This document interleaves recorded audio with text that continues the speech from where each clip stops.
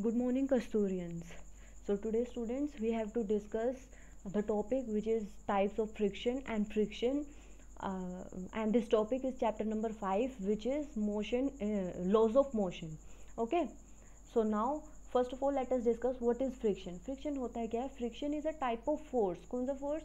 The force which comes into picture when एक body, when one body it actually moves of the over the other body. ठीक, देखो एक हमारे पास we are having one body this, ठीक है, and in this body we are having this type of surface of this body. Now we are having the other surface, and this is the surface, and this body is trying to move over this surface. Okay, so जब ये body इस वाली surface के ऊपर move करने की कोशिश करेगी तो what will happen, it will exert some force.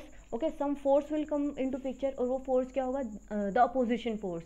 मतलब कुछ ऐसा फोर्स होगा जो इन दोनों के मोशन को अपोज कर रहा होगा. ठीक है, that motion is known as frictional force, और we can say that type of force is known as frictional force.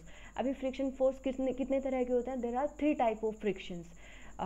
First one is static friction, second one is limiting friction, ठीक है, and the third one is kinetic friction.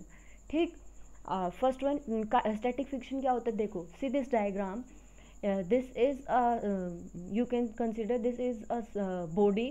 ठीक, और this body इस पे क्या है? Force यहाँ से someone is applying force on this body in this direction. So this will be the direction of motion of the body. This arrow is showing direction of motion of the body. ठीक, अब ये जो substance रखा हुआ है इसका कुछ force होगा, जो force will be acting towards the due to gravity. That force will, और you can say weight of the body, it will be acting downward. वो कितना होगा? That will be m and g. What is m? M is mass of this body, and g is the gravity, or you can say the acceleration due to gravity acting on the body.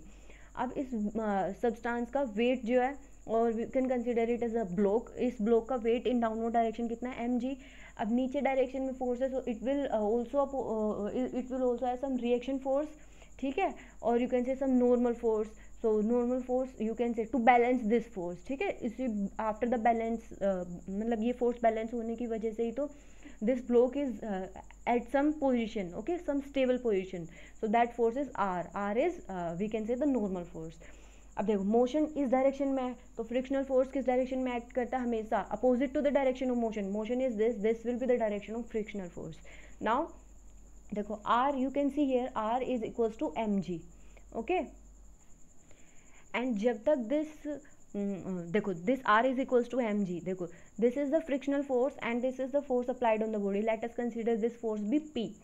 ठीक है, अब जब तक this force frictional force is equals to p, देखो both the forces are balanced, तो हम क्या कहेंगे कि this block will not move. कब तक? जब तक this frictional force is equals to the force applied on the body.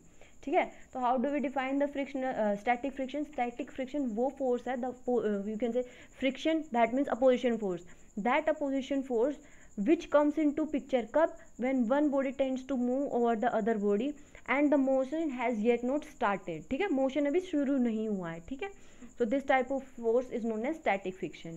now let us discuss what is limiting friction. limiting friction क्या है? देखो, अभी हमने डिस्कस किया static friction कि अभी that force that is acting on the body, पर body is not in the motion till now. ठीक, limiting friction क्या है? if इस body पर और इस block पर if we are applying some force F, ठीक है, अब इस फोर्स को we are increasing this force. ठीक, अर्लियर क्या था? This frictional force was equal to F and this body was not in motion. ठीक, अब क्या है? This force is applied maximum. अब ये जो फोर्स है दैट इज अप्लाइड मैक्सिमम, तो अब क्या होगा? अब this force is applied maximum force हम यहाँ पे अप्लाई कर रहे हैं, तो अब क्या होगा? जितना फोर्स होगा उतना ही मैक्सिमम फ्रिक्शन होगा. तो if we are applying some maximum force, there will be some maximum opposition force. ठीक है, this both are maximum and they will be equal. अब क्या है? Body is at the verge of motion. ठीक है, अब जितना ये हमने फोर्स अप्लाई किया, इससे अगर हम एक भी पॉइंट ज़्यादा फोर्स अप्लाई करते हैं, ठीक है, if we increase even very small amount of force in this force, what will happen? This body will start the motion. Okay, this body will come into the motion. So this force when acted on the body, okay, and the body is just at the verge of its motion. ठीक है, so this type of force is known as limiting friction. Now let us discuss what is kinetic friction. Kinetic friction it is the force that comes into picture का when one body is actually in the motion. ठीक है, पहले क्या था, the body was not in the motion. In the first case, in the static friction, the body was not in the motion, and in the second case, the body is in motion, was at the verge of motion. And the third case, which is kinetic friction, यहाँ पे क्या हो रहा है, the body is actually in motion. Okay, now see this graph here. This is graph of the motion of any object. देखो इस graph में what we can see यहाँ से the object has started. Okay, पहले object is at rest and okay, so क्या जैसे जैसे force बढ़ रहा है तो applied force is increasing, so force of friction is also increasing earlier. And a क्या है, एक maximum stage आ गया जहाँ पे force applied force is also maximum, the frictional force is also maximum. अब उस stage के बाद क्या हो रहा है, there is some drop in the force, both the forces.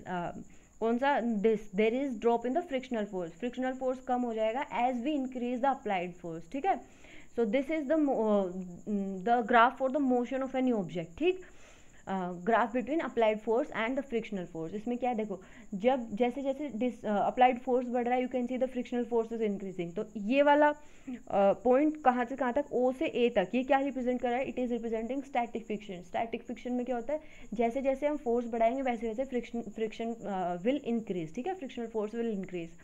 Limiting friction में क्या है, लिमिटिंग फ्रिक्शन मतलब जिस पॉइंट के बाद body is about to be in the motion. ठीक है, so this point O to A you can consider here, O to L, this is showing limiting friction. ठीक, and now this K, it is from O to point K. Okay, this value is showing the friction. कौन सा friction it is showing, it is showing kinetic friction. ठीक है, kinetic friction of the body. Okay, so this way you have to understand this graph. देखो, now kinetic friction is again of two types. First type is sliding friction and the second one is rolling friction. ठीक, sliding friction क्या होता है, the opposition force which comes into picture कब, when the body is sliding over the other body. Sliding and rolling, you understand the difference I believe. Okay, so जब एक body दूसरी body के ऊपर slide कर रही है, then the force of friction that comes into picture is sliding friction. ठीक है, and when one body is rolling over the other body, then the type of frictional force that comes into picture, this force is known as rolling friction. Okay, now we have to understand the coefficient of friction.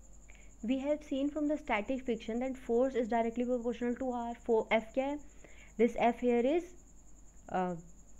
frictional force and R क्या है यहाँ पे, R is the you can say the normal reaction. Okay, it is directly proportional. अब क्या हमें proportionality का sign we have to remove. How we can remove the proportionality signs, क्या यहाँ पे we have to put some constant, so we can remove it as F is equals to mu R, and this mu is constant of proportionality. And here to this constant of proportionality क्या हम बोल रहे हैं, we are also calling it as coefficient of limiting friction or coefficient of friction. Okay, we are talking about coefficient of friction here. So here this mu represent coefficient of friction. Okay, so how do we define this mu, or we can say the constant of proportionality? We define it as the ratio of limiting friction, or we can say the ratio of force or frictional force to the ratio to the normal reaction between them. Okay, between the two surfaces. और this is mu, or we can say this constant of proportionality किस factors पे depend करता है. पहली चीज that it depends upon the nature of surface. ठीक है, किस तरह का nature we are talking about. देखो, this surface is sliding over this surface, है ना, तो इसका क्या नेचर है, इसका क्या नेचर है, that will be obviously depend if we are talking about frictional force. ठीक है, देखो अगर यहाँ पे we are talking about this is a glass surface and this is also a glass surface, can you imagine that imagine the presence of frictional force between these two surfaces? Okay, no, we cannot imagine if these two surfaces are glass surface. अगर these two surfaces on the other hand are some other kind of surfaces, ठीक है, जहाँ पे you can consider a normal road. Okay, एक normal road and the other is a roller on the road. Okay, so that in that type of surface or that type of material you can expect some frictional force. Okay, so first thing is this coefficient of friction, it depends upon the nature of surfaces in contact, and the second thing is it depends on the material of surfaces in contact. ठीक है, किस तरह का material है इन surfaces का, that also plays a major role. Okay, you can see here nature of surfaces and the second one is material of the surfaces in contact.